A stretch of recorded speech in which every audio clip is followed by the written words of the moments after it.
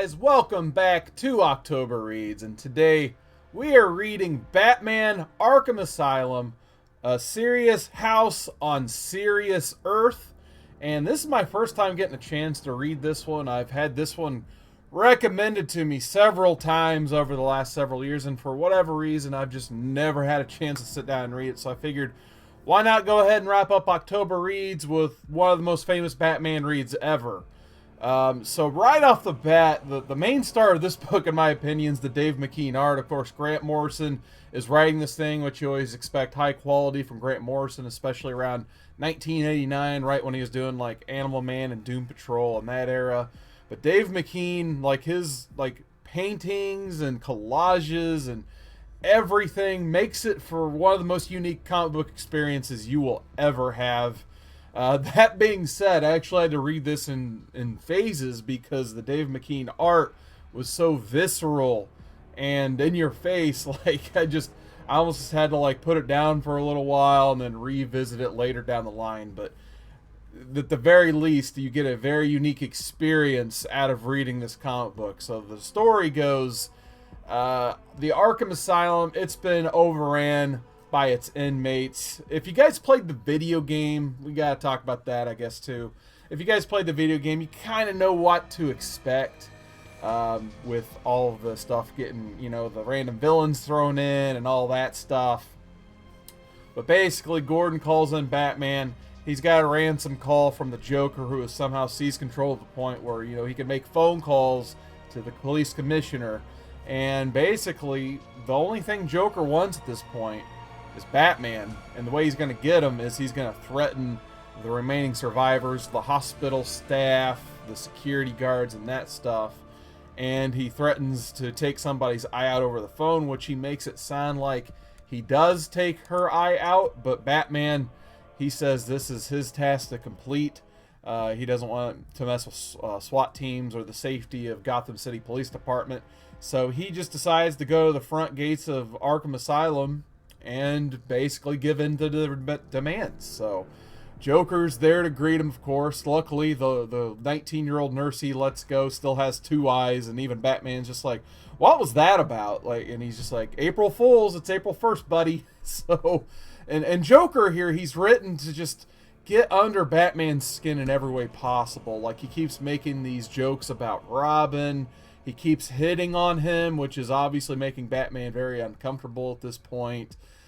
Just a lot of weird references from the Joker throughout this. So just the most creepy depiction of the Joker I could probably think of, besides the Greg Capullo faceless Joker and your Brian Azzarello Joker from that one shot in the mid-2000s, probably would be the second closest. But this may be the creepiest Joker I can think of offhand. But basically, they get into the asylum. There's a doctor there named Ruth Adams. She refuses to leave her post. And then the administrator, his name's Dr. Cavendish. And those are the main two non-villains, basically, who stick with the patients. They refuse to let the patients go, basically. So they don't want to leave their responsibilities, but everyone else, with the exception of those two and Batman, get the safety. And basically, the Joker, he just is messing with Batman at this point. He kind of wants to prove to Batman that, they're on the same level, basically. They're one and the same. You know how it goes with their relationship. And one of my favorite parts is when one of the goons is just hanging out in the hospital, probably a Joker lackey. He really wants to demask Batman, and Joker makes the point. He's like, no, we're not doing that, because Batman, that's his face.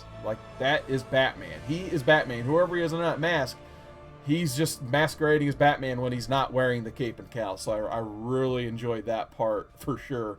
But basically, Batman, he gets put through the ringer, starting with a Rorschach test from Ruth Adams, and that's where they kind of start even digging into the Martha Wayne thing and some pearls, which I know that's kind of overdone, obviously.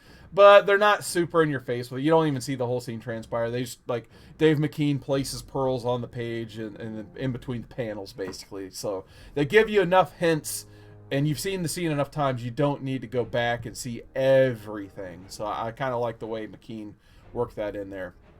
But basically, they let Batman go through the halls of the asylum. He's still trying to save everybody in there. And then the other interesting villain in here is Two-Face. So Two-Face, he has been messed with to the point by the doctors where they've upgraded him from a coin to dice to tarot cards, which is like a possibility of 1 in 78, I guess.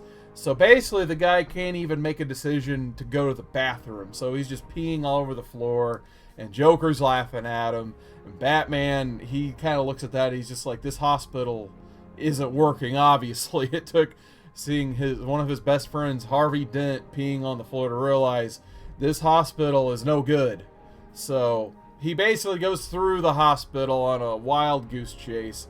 He encounters other villains like Mad Hatter and other people. Like, there's a lot in here. Dr. Destiny, for some reason's thrown in there. The one that's most memorable to me is probably the Killer Croc fight, because obviously he has a tough time with that. He's already been fear gassed by the Scarecrow, because of course it's Arkham. He's going to be fear gassed. And he has this big battle with Killer Croc while he's gassed, and he's trying not to think about his mother and his father. And he has like this big like pole, and then he just crams it through the shoulder of Killer Croc. But Killer Croc's so strong, he takes the other point and just takes it through Batman. So that kind of renders Batman kind of helpless throughout the rest of the story. So by the time Batman gets done messing in the halls of Arkham, he's back with Cavendish, and he actually gets to find the secret room of Amadeus Arkham, which, if you don't know, Amadeus Arkham was kind of like the guy who founded Arkham Asylum. There's his whole backstory told throughout this whole thing. So if the Batman stuff wasn't enough for you, they have Amadeus Arkham's origin planted throughout as well. And you kind of find that Arkham through this is almost a character in itself in Gotham, and it just builds upon that character. You hear about all the horrors that happened with his wife and his daughter getting killed, to where he had to find his daughter's head in a dollhouse that had a little cuckoo clock type thing on it that was covered in blood. And then later you get a flashback, and this is the one that really got the Cavendish, where basically Arkham went home and his mother was on her deathbed, but she was claiming she couldn't escape this vision of this demon. It's driving her insane. And it turns out that demon, she described it as a bat. So that was something that he put in his journal that Cavendish got. So this drove Cavendish to want to get Batman into this hidden room of Arkham Asylum, where Arkham went so insane he put like a magical incantation on the floor after he was in prison there. And why was he in prison there? Because he found the person who killed his wife and daughter. And what did he do to him? They figured out this guy was insane, so they lock him in Arkham Asylum. This is around the time shock treatment was popular, and he may have turned the juice up a little big time on that, and got himself put in Arkham Asylum himself. So he had this magical incantation which Cavendish wanted to draw him toward, and that's how the villains got control of Arkham. It's not because of anything the Joker did, or Two-Face, or Killer Croc. It was this Dr. Cavendish who knew that to free Arkham and Gotham in general, they needed to somehow get Batman here and vanquish him, basically. So, obviously, Batman doesn't buy any of this, but he's going to kill Dr. Ruth Adams with the same knife that he had to take his mother's life with to cure her of her insanity. So, throughout this whole struggle, Dr. Adams actually gains control of the knife and kills Cavendish. And that's when, you know, basically the main villain of this is dead. Batman and Adams, they're working their way out, but then they realize they got to deal with the rest of the villains. So Batman asks for Harvey Two-Face's coin, and he confronts all of the villains, and basically they're ready just to take him out then. They're kind of done playing games at that point. And Batman, with the insane logic, because at this point everything's just insane, he gives the coin back to Harvey, and he goes, why don't we let old Harvey decide? And somehow the Joker actually agrees to this because he thinks Harvey's crazy too and wants to kill him. But Harvey's like, okay, I got my coin back. This is awesome. He flips it, and then he decides to let Batman go.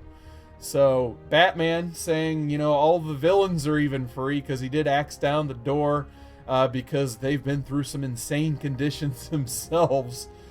He lets them all out, and you know, that's kind of where our story ends, except one of the epilogues shows that Harvey's coin ended scratched side up, which means he should have, you know, by his chaos logic, he should have had Batman killed. But deep down, Harvey was thankful just to have his coin back, so he let his friend Batman go. So I thought that was a really insane yet awesome way to end the story. But yeah, this is, I mean, I don't know why it took me so long to read this one, but I'm very happy I did. Obviously, another one last 5 out of 5 for me. Dave McKean's art is worth reading, or worth the experience alone in reading this. Of course, Grant Morrison, one of the best storytellers there is, especially in the realm of Batman. And we'd find that later down the line with the whole Damian arc and all that stuff. But yeah, I mean, this one was absolutely amazing. You gotta check it out for the McKean art. Well, big thank you guys for checking out October Reads. And you can't say we didn't show you a good time. Enjoy yourself out there. And remember, in the asylum, just don't forget, if it ever gets too tough, there's always a place for you here.